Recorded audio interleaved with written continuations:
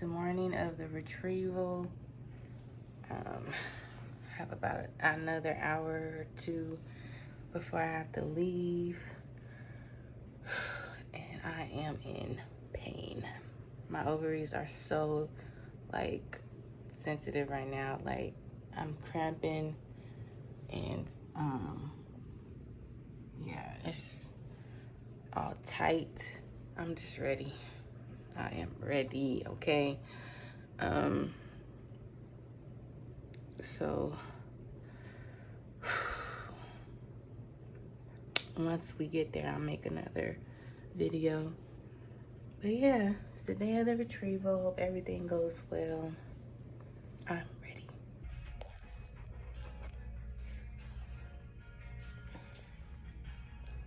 I'm recording. It's retrieval number 2. Woohoo!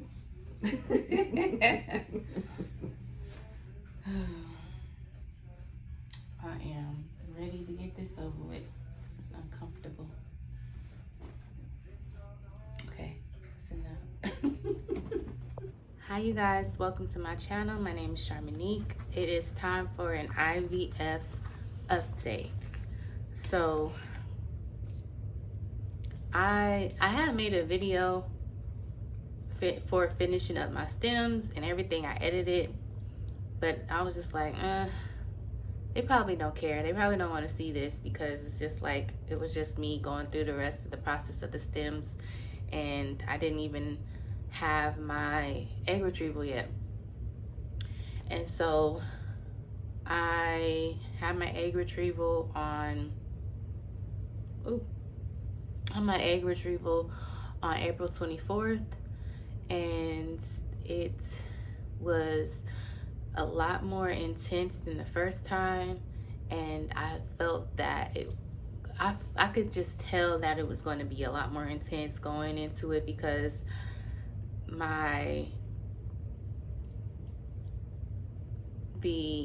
not necessarily pain, but the feelings that you feel, it's kind of hard to describe, but the feeling in the ovaries was just a lot more intense than it was the first time around. Like it just was a lot more dramatic, I guess. And so I'll post some videos of my egg retrieval on here. And so yeah, I went to the doctor's office. It went, pretty much the same as the last time. Like I said, the only thing was that it was just a little bit more intense. Like the pain was just more intense. And so this time around, I ended up getting 24 eggs retrieved. So the first time they only retrieved 12, and this time they retrieved 24. So when I heard that number, I was like so happy and just like, yes, because I just hope to have like more to work with this time around. And so to hear that number, it really had me excited. So the healing part of the retrieval, after the retrieval, it was also intense. Like I was in pain. I didn't start like really feeling better until like that Friday. So my retrieval was on a Wednesday, and then by Friday I felt a lot better. And then the following days they just got easier and easier. So I was honestly getting a little worried, because I just, like, the pain that I felt after the retrieval was kind of like reminding me of the symptoms of when people have overstimulated ovaries. And I've heard about it. I've heard all the scary stories about it. So I was a little worried that I was experiencing that, because like certain ways that I would lay down, like I would feel like this pain, like sharp pain in my chest, and it was just like, I was getting a little worried, I'm not gonna lie. But thankfully that passed, and like I said, I was feeling a lot better by Friday. And so now, I've already got the results for how many of the eggs were mature and how many fertilized normally, and how many made it the 7 days. So I'll save all that. I don't know if I'll even tell you guys, but I'm right now I'm waiting on the PGT results. Because I think that's, at the end of the day, that's what really matters, how many, and I won't, leave y'all hanging on that information. I'll let y'all know. Waiting for the PGT results at this point. So today is the 3rd, so I probably won't hear anything back until I'm guessing around the 14th, 15th of this month. So I got a little waiting game to do, which is kind of like the worst part, but it's exciting because I have a transfer date. The transfer date right now is scheduled for June 26th. So I spoke with my navigator the other day, and she gave me, the whole timeline of how this transfer works. When she told me June 26th, I just was like, why is it so far away? But I have to get back on birth control for a few weeks. And then by June 3rd is when they'll do a cyst check. So it's pretty similar to the process for when I got on the stems to get ready for the egg retrieval. So I'll start my medication. So I'll be on estrogen, progesterone and oil, and some suppositories. And then on June 17th, that's when I'll have a monitoring appointment. And then 26th is the scheduled transfer.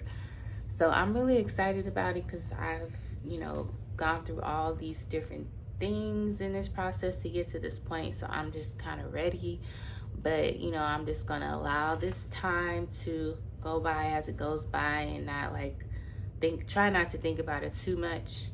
I plan on just enjoying this time that I have before I am potentially pregnant.